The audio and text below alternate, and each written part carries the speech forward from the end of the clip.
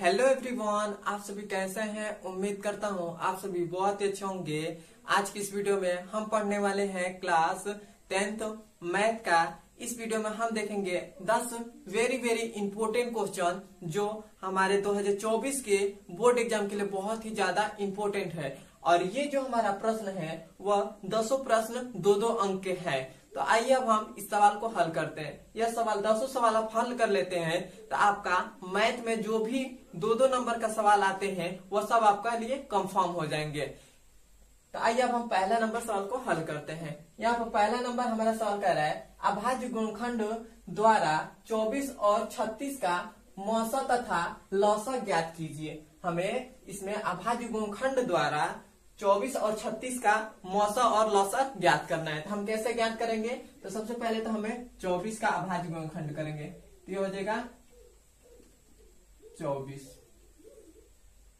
24 हो गया। 30 का हम अभाज्य गुणनखंड करेंगे तो सबसे पहले तो 2 से कटाते हैं। 2 एकने 2 और 2 दूना 4। फिर से 2 से कटाएंगे तो 6 बार में कटेगा। फिर से 2 से कटाएंगे तो 3 बार में। फिर से 3 से कटाएंगे तो 1 बार में। यह हमारे पास इसका अभाज्य गुणनखंड हो गया। 24 का अभाज्य गुणनखंड क्या आया? तो 2 गुणे 2 गुणे 2 गुणे 3 आ गया। इतना आ गया। अब हम 36 का करेंगे तो ये हो जाएगा 36। तो 36 का करेंगे तो 2 से कटाएंगे। 2 एकने 2 2 नवा 18। फिर से 2 8 2 नवा 18 18 हो गया। फिर से 3 से कटाएंगे तो 3 त्रिका 9। फिर से 3 से कटाएंगे 3 एकने 3। इतना हो गया। अब हमारे पास 36 का अभाज्य गुणनखंड क्या आया है? तो आया है 2 गुणे 2 गुणे 3 गुणे 3। इतना आ गया है। अब हमें कहा है कि मौसा और लौसा ज्ञात कीजिए। तो पहले मौसा का है तो यहाँ हमारा मौसा को हम HCF ही कहते हैं, HCF। इतना हो गया। तो हम मौसा कैसे ज्ञात करते हैं? हम इन दोनों में 24 और 36 का जो हम अभाज्य गुणनखंड किए हैं उन दोनों में देखते हैं हमारा कौन कौन सी संख्या समान हो रही है, जो मिल रही है, मतलब कॉमन आ रही है। तो यहाँ पे देखिए ये भी संख्या मिल रही है। 2 इसमें भी है, 2 इसमें भी है, तो 1 मिल रहा है तो इसको हम 2 1 लिख देंगे। इसके अलावा फिर से आप आगे देखेंगे इसके आगे भी 2 है और उसके बाद फिर से भी 2 है। तो एक ये 2 एक ये 2 तो ये मिलकर 1 बन गया। एक 2 बन गया। फिर से आप देखिए यहाँ पर 2 है, उसके बाद इसमें और कोई भी 2 नहीं है तो अब हम इसको छोड़ देंगे। अब हम देखेंगे 3 को तो 3 हमारा इसमें है और इसमें भी है। 3 एक यहाँ पर है और 3 एक यहाँ पर है तो इसको हम 3 को 1 बार लिख देंगे। इतना हो गया। अब हमारा कोई भी कॉमन नहीं आ रहा है तो हम इसको अब हम गुणा कर देंगे। तो 2 दूना 4 4 तिया 12 तो हमारा मौसा कितना आ गया? 12। इतना हो गया। अब हमें HCF ज्ञात हो गया। अब हम लौसा ज्ञात करेंगे, मतलब LCM। तो यहाँ पे लिख दे रहे हैं लौसा, LCM। LCM हम क्या करते हैं, जो जो हम कॉमन लिए रहते हैं उसको तो 1 बार लिखते हैं। तो हमने इसको और इसको लिया था तो ये 1 बार हो गया। फिर से गुणा, इसको लिया था तो ये 1 बार हो गया। फिर से इसको लिया था तो ये भी 1 बार हो गया। अब हमने ये तो ले लिया। अब हम जो कॉमन नहीं आया था उसको ले लेते हैं। तो एक ये नहीं लिए थे, एक ये नहीं लिए थे, तो इसको हम लिख देंगे 2 गुणे 3 हो गया। इतना हो गया। अब हम इसका गुणा करेंगे। 2 दूना 4 4 तिया 12 12 दूना 24 और 24 तिया शायद 78 होता है। 24 दूना 78। 2 दूना 4 4 तिया 12 12 दूना 24 और 24 तिया यहाँ पर हम गुणा कर दे रहे हैं। 24 तिया 4 तिया 12 का 2 4 तिया 12 का 2 एक हासिल 3 दूना 6 1 7 मतलब 72 आ रहा है। हम 78, सॉरी गलती हो गया, यहाँ पर 72 हो जाएगा। इतना हो गया। अब हमारे पास लौसा कितना आ गया? 72 और मौसा कितना आ गया? 12 आ गया। यही हमारा आंसर हो जाएगा। यहाँ तक आपको समझ में आया है तो कमेंट में बताएं कहाँ समझ में आ गया है, और नए हैं हमारे चैनल पर तो सब्सक्राइब भी कर दीजिए। अब हम चलते हैं इसके दूसरे नंबर सवाल पर। यह हमारे पास दूसरा नंबर सवाल है। दूसरा नंबर हमसे सवाल कर रहा है समीकरण 2x² माइनस का 3x माइनस का 5 इक्वल टू 0 के मूल ज्ञात कीजिए। तो हम इसका मूल कैसे ज्ञात करेंगे? तो यह हमारा समीकरण दिया है तो सबसे पहले उसको लिख लेते हैं। तो हमारा समीकरण क्या दिया है? वो है 2x² माइनस का 3x और माइनस का 5 इक्वल टू 0 है। यह हमारा समीकरण है। अब हम मूल कैसे ज्ञात करेंगे, तो इसका हम गुणनखंड कर देते हैं। गुणनखंड कैसे करेंगे, तो हम क्या करेंगे, फर्स्ट का लास्ट में गुणा कर देंगे, तो इनका गुणा करेंगे तो कितना हो जाएगा, 10 आ जाएगा। अब हम 10 का ऐसा फैक्टर करें कि जोड़ने या घटाने पर, जोड़ने या घटाने पर कितना आ जाए, -3 आ जाए, -3 आ जाए, और गुणा करने पर कितना आ जाए, -5 आ जाए। -5 नहीं, प्लस का 10 आ जाए, प्लस का नहीं, -10 आ जाए। गुणा करने पर -10 आ जाए, क्योंकि यहाँ पर माइनस है तो माइनस ले लिए, और 10 कहां से लिए, 10, क्योंकि इन दोनों का गुणा किए तो 10 आ गया, तो वहां से लिए।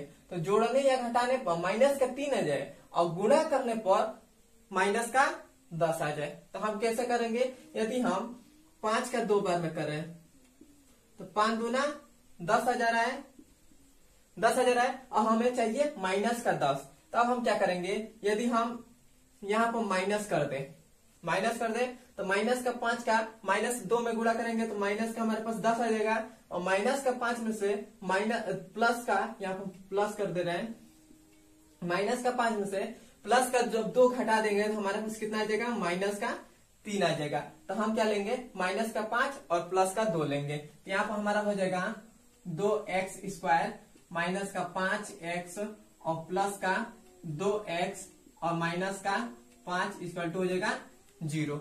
इतना हो गया। अब हम इन दोनों में कॉमन लेंगे, तो इन दोनों में हमारा कॉमन कौन सी संख्या आ रही है, तो इधर भी x है, इधर भी x है, हमारा x कॉमन आ जा रहा है, तो x कॉमन हो गया। अब यहाँ से x कट गया, तो यहाँ पर एक x बचा है, और ये 2 है तो 2x हो गया, इतना हो गया। माइनस है तो माइनस, x से x कट गया तो 5 बचा है, तो 5 हो जाएगा, इतना हो गया। यहाँ पर प्लस है, प्लस ले लिए, इन दोनों में हमारा कॉमन कोई भी नहीं आ रहा है, तो हम एक कॉमन ले लेंगे, एक कॉमन ले लेंगे। अब हम एक कॉमन लिए तो ये भी हमारा संख्या आ जाएगी 2x - 5 और इक्वल टू 0। इतना हो गया।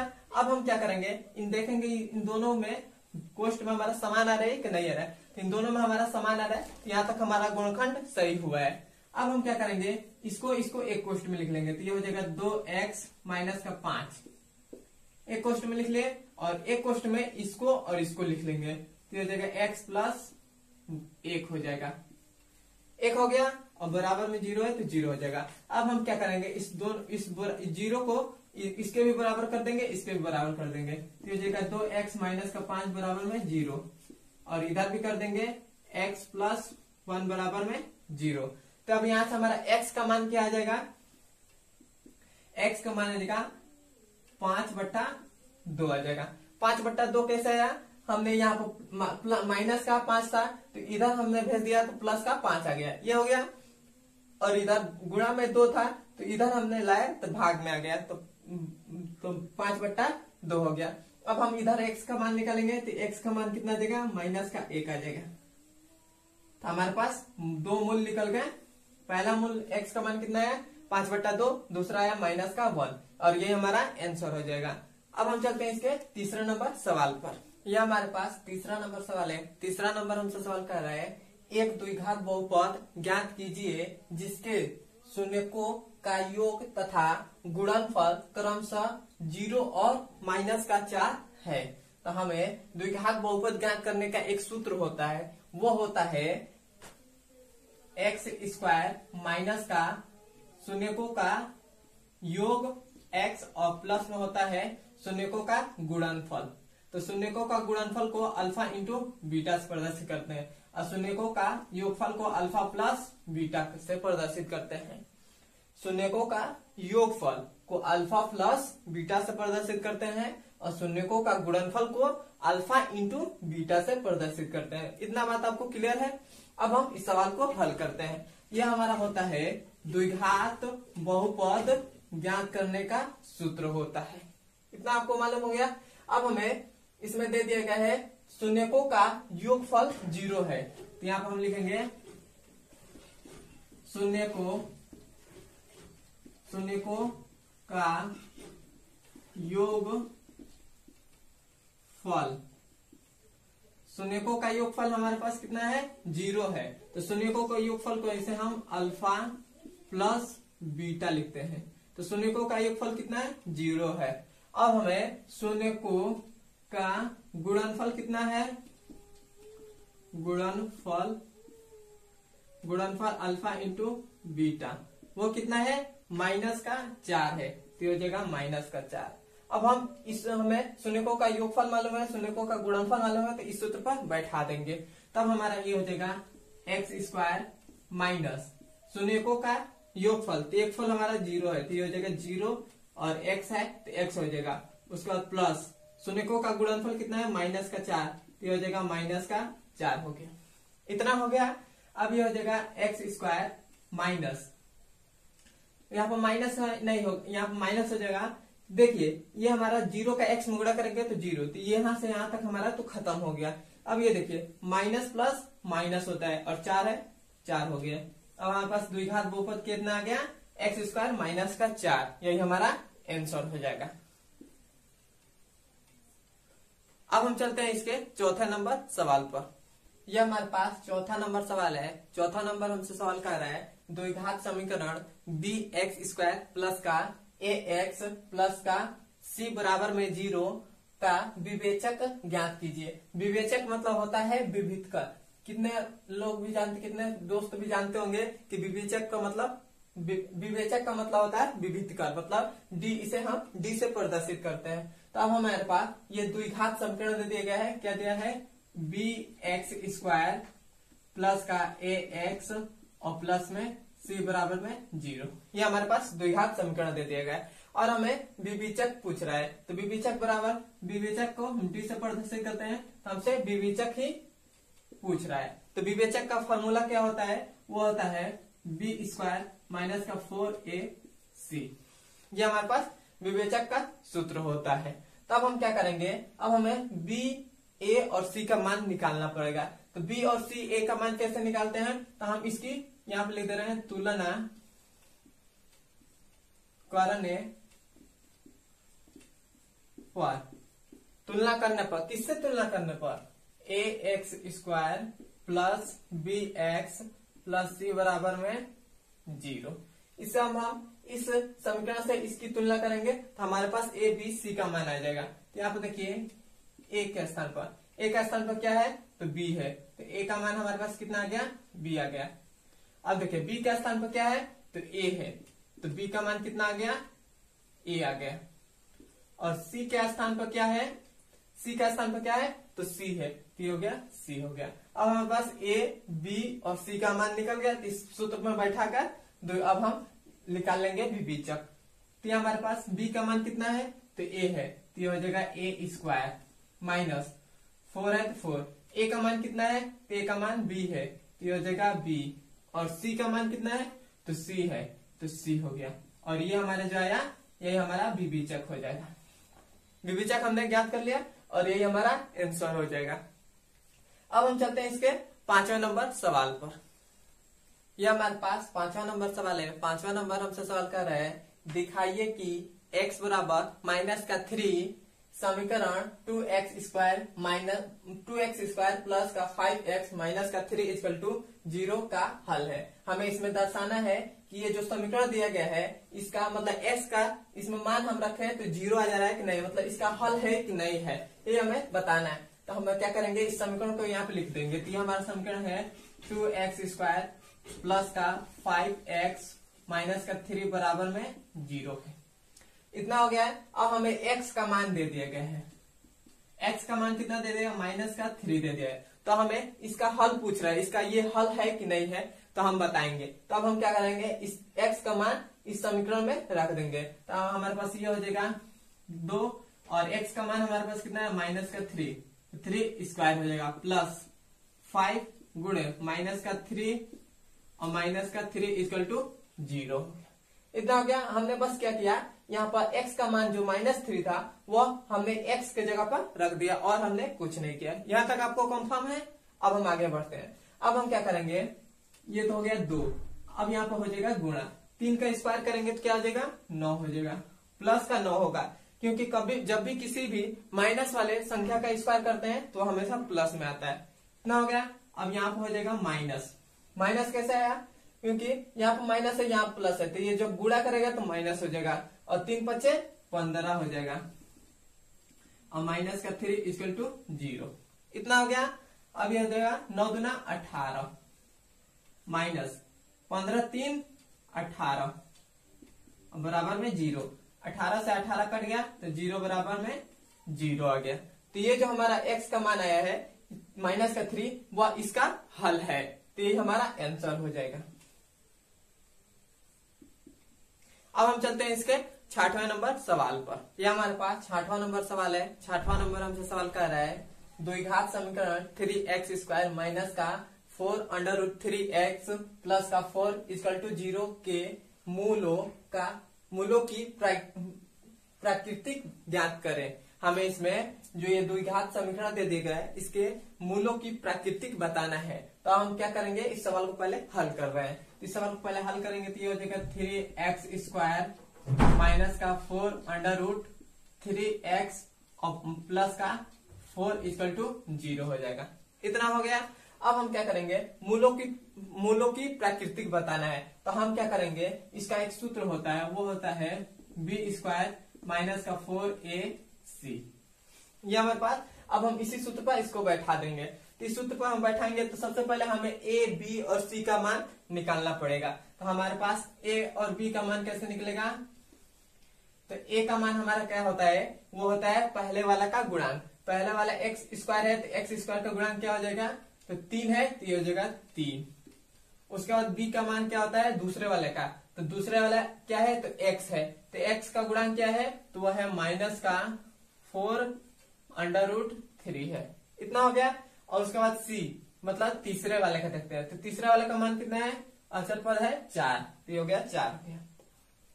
अब हमें a, b और c का मान निकल गया, तो अब हम इस सूत्र में बैठा देंगे। तो हमारे पास b का मान कितना है, तो माइनस का 4 अंडर रूट 3, तो ये हो जाएगा माइनस का 4 और अंडर रूट 3 इस पूरे का स्क्वायर। माइनस का 4 है तो 4 हो जाएगा। a का मान कितना है, तो 3 है, तो ये हो जाएगा 3 गुणे c का मान कितना है, तो 4 है, तो ये हो जाएगा 4 हो जाएगा। इतना हो गया। अब हमारे पास 4 का स्क्वायर करेंगे तो ये हो जाएगा 16। 3 का स्क्वायर करेंगे, अंडर रूट 3 का स्क्वायर करेंगे तो ये हो जाएगा 3, फिर से माइनस 4 चौको 16, 16 तिया 48, तो ये हो जाएगा 48। इतना हो गया। अब हम क्या करेंगे, फिर से इसमें गुणा करेंगे 16 का 3 में, तो ये हो जाएगा 16 तिया 48, ये भी हो जाएगा 16 तिया 48, तो ये हमारा आ गया 0। तो ये जब हमारा 0 आ जाता है मतलब, तो हमारा कब हमारा जो हमारी मूलों की प्राकृतिक होती है वो कैसे हो जाती है, वो होती है वास्तविक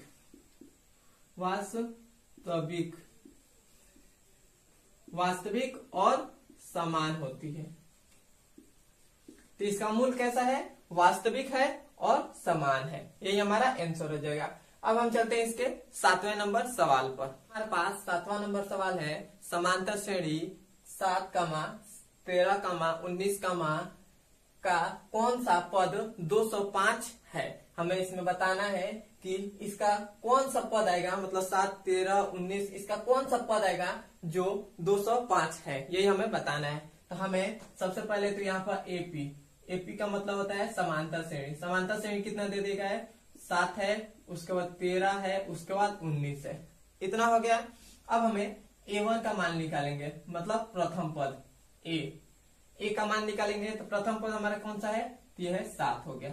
उसके बाद अब हम सर्वांतर निकालेंगे, तो सर्वांतर को हम डी से प्रदर्शित करते हैं, तो डी हो गया सर्वांतर। उसके बाद सर्वांतर कैसे निकालते हैं, प्रथम पद में से द्वितीय पद में से प्रथम पद को घटा देते हैं। द्वितीय पद हमारा क्या है, तो 13 है। 13 में से प्रथम पद को घटा देंगे तो यह 7 है। तो ये हमारे पास कितना आ जाएगा, 13 में से जब हम 7 घटाएंगे तो हमारे पास आ जाएगा 6 बच गया। इतना हो गया। अब हमारे पास सर्वांतर आ गया 6। अब हम क्या करेंगे, हमें an कितना दे दिए गए हैं, 205 दे दिए गए हैं, तो हो जाएगा 205। अब हमें n का मान ज्ञात करना है। इतना बात आपको क्लियर है। आगे बढ़े। अब हम क्या करेंगे, अब हमारे पास एक सूत्र होता है, वो होता है an बराबर a प्लस n माइनस 1 और d होता है। ये हमारे पास सूत्र होता है। इस सूत्र पर बैठाकर हल कर लेंगे। तो ए एन का मान हमारे पास कितना है, तो वो है 205 बराबर ए का मान कितना है, तो 7 है, प्लस एन का मान हमें ज्ञात करना है, तो एन -1 और डी का मान कितना है, तो 6 है, तो ये होगा 6। इतना हो गया। अब हम क्या करेंगे, इस 7 को इधर भेजेंगे, तो ये हमारा हो जाएगा 205 माइनस का 7 इक्वल टू n-1 और गुणे में 6 हो जाएगा। इतना हो गया। अब हम क्या करेंगे, अब हम 205 में से -7 को घटा देंगे, तो 205 में से 7 को घटाएंगे तो हमारे पास कितना बचेगा, हमारे पास बचेगा 198 और बराबर में हो जाएगा n-1 और गुणे में 6। अब हम इस 6 को भी इधर भेजेंगे, तो 6 हमारा गुणा में है तो इधर आएगा तो क्या हो जाएगा, भाग में हो जाएगा, तो ये हो जाएगा 198/6 और इधर हो जाएगा n-1 हो जाएगा। इतना हो गया। और ये देखिए 6 कने 6, 6 दूनी 12, 36 18, एक इसमें आ गया तो ये भी 18 हो गया, तो 36 18, तो ये हो गया हमारे पास 33 बराबर हो गया n-1। अब हम -1 को इधर भेजेंगे तो इधर कितना हो जाएगा, +1 हो जाएगा, तो ये हो जाएगा 34 बराबर हो जाएगा n। तो हमारे पास n का कितना मान आ गया, n का मान आ गया 34, तो 34वां पद हमारा जो होगा वो 205 आ जाएगा। ये हमारा आंसर हो जाएगा। अब हम चलते हैं इसके 8वें नंबर सवाल पर। ये हमारे पास 8वां नंबर सवाल है। 8वां नंबर हमसे सवाल कर रहे हैं k का मान ज्ञात करें जिसके लिए 2x² प्लस का kx प्लस का 3 इक्वल टू 0 के दोनों मूल्य वास्तविक और समान है। मतलब ये जो हमारा समीकरण दे दिया गया है, इसके जो दोनों मूल है वो समान भी है और वास्तविक भी है। तो इसका कैसे हम ज्ञात करेंगे, तो ऐसे हम k का मान कैसे ज्ञात करेंगे, तो हमें जो समीकरण दिए उससे लिख लेते हैं। तो ये है 2x² प्लस का kx और प्लस का 3 बराबर में 0 है। ये हमारे पास समीकरण दे दिया गया और इसका जो कह रहा है, इसका जो मूल है वो समान है। तो हम पहले तो a और b का मान निकालेंगे। तो a का मान हमारा क्या होता है, x² का गुणक, तो x² का गुणक क्या है, 2 है। उसके बाद b का मान निकालेंगे, तो b का मान होता है x का गुणक, तो वो है k है। उसके बाद होता है c, अचर पद हमारा क्या है, तो 3 है, तो 3 हो गया। इतना हो गया। अब हमसे कह रहा है इसके जो मूल है वो समान है और वास्तविक भी है, तो जो हमारा d बराबर होगा वो 0 हो जाएगा। इतना हो गया। तो d का मान हमारे पास कितना होता है, वो होता है b² माइनस का 4ac और बराबर में 0 है, तो 0 हो गया।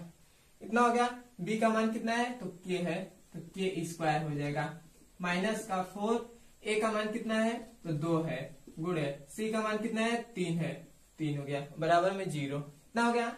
ये हो जाएगा k² माइनस का 4 दूना 8, 8 त्रिका 24, ये हो जाएगा 24 बराबर में हो जाएगा 0।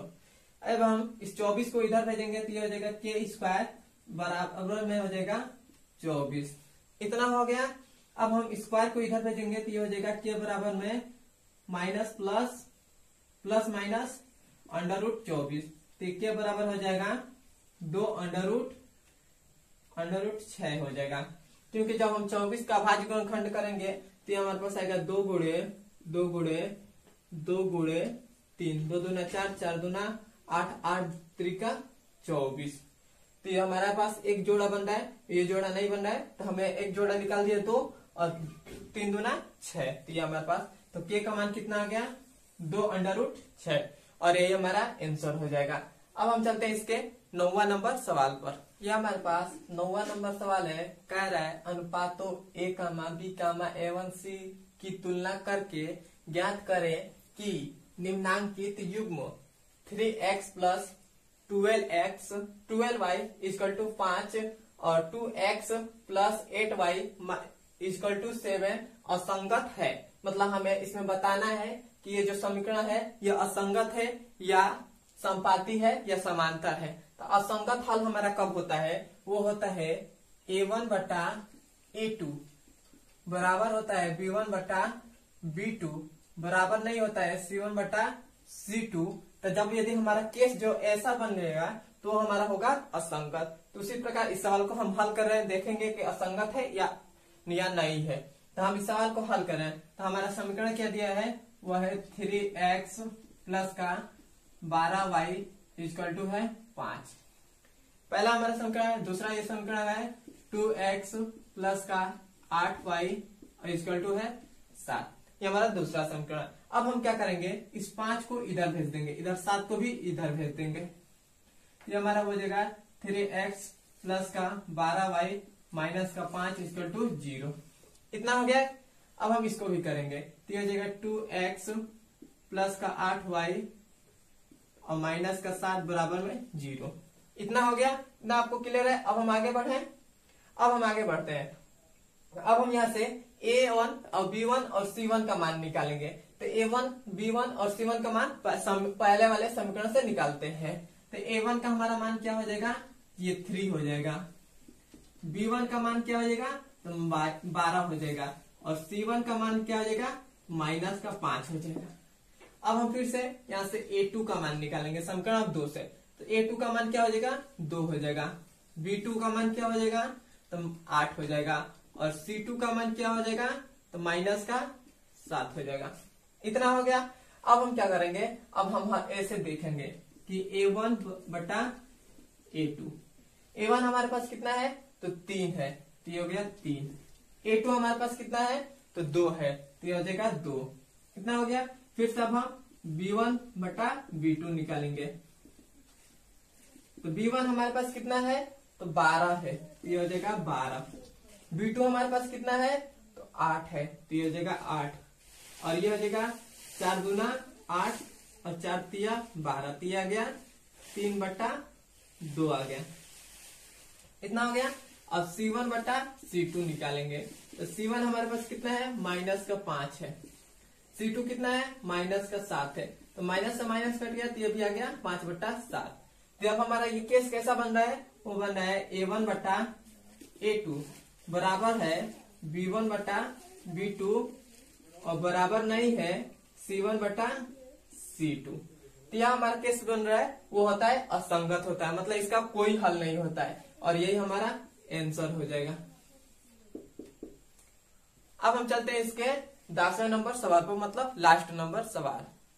यह हमारे पास 10वां नंबर सवाल है। 10वां नंबर हमसे सवाल कर रहा है 4t² माइनस का 4t प्लस का 1 के शून्य ज्ञात कीजिए। हमें ये द्विघात बहुपद दे दिए गए हैं और हमें इसके शून्य ज्ञात करने हैं। तो हमें शून्य कैसे ज्ञात करते हैं, द्विघात बहुपद का 2 ही शून्य ज्ञात होता है, क्योंकि 2 ही शून्य उसका होता है।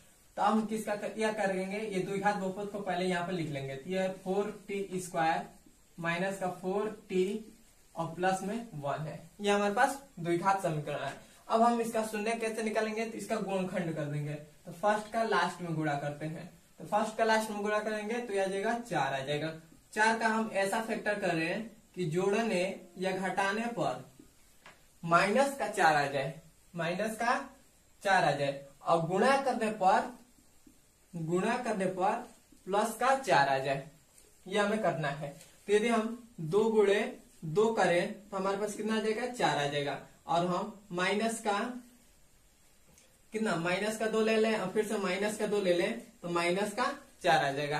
तो हम माइनस का 2 लेंगे, माइनस का 2 लेंगे, माइनस का 2 माइनस का 2 तो 4 आ जा रहा है। और माइनस का 2 गुणा करेंगे तो प्लस का 4 आ जा रहा है। तो हम यहाँ पे ले लेंगे 4t² माइनस का 2t और माइनस का 2t और प्लस में 1 हो जाएगा। इतना हो गया।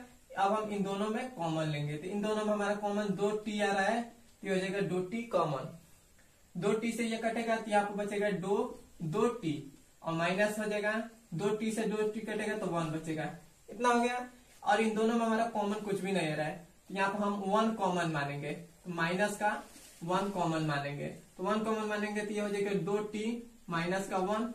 इतना हो जाएगा। इतना हो गया। यहाँ पर माइनस का 1 कहां से आया, तो माइनस और प्लस गुणा होगा तो यहाँ हो जाएगा माइनस। इतना हो गया। अब हम क्या करेंगे, ये हो जाएगा 2t माइनस का 1 एक क्वेश्चन में हो जाएगा। इन दोनों को एक क्वेश्चन में लिख लिया।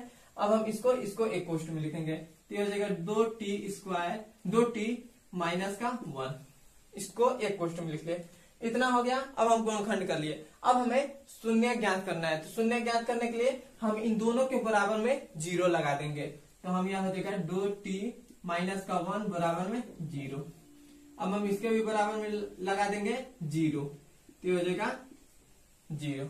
इतना हो गया। अब हमारा t का मान कितना आ जाएगा, तो 1/2। 1/2 कैसे है, इधर माइनस का 1 था, इधर आएगा तो क्या जाएगा प्लस का 1 हो जाएगा, तो प्लस का 1 हो गया। इधर गुणा में 2 था तो इधर आएगा तो क्या जाएगा भाग में हो जाएगा, तो ये हो गया इतना।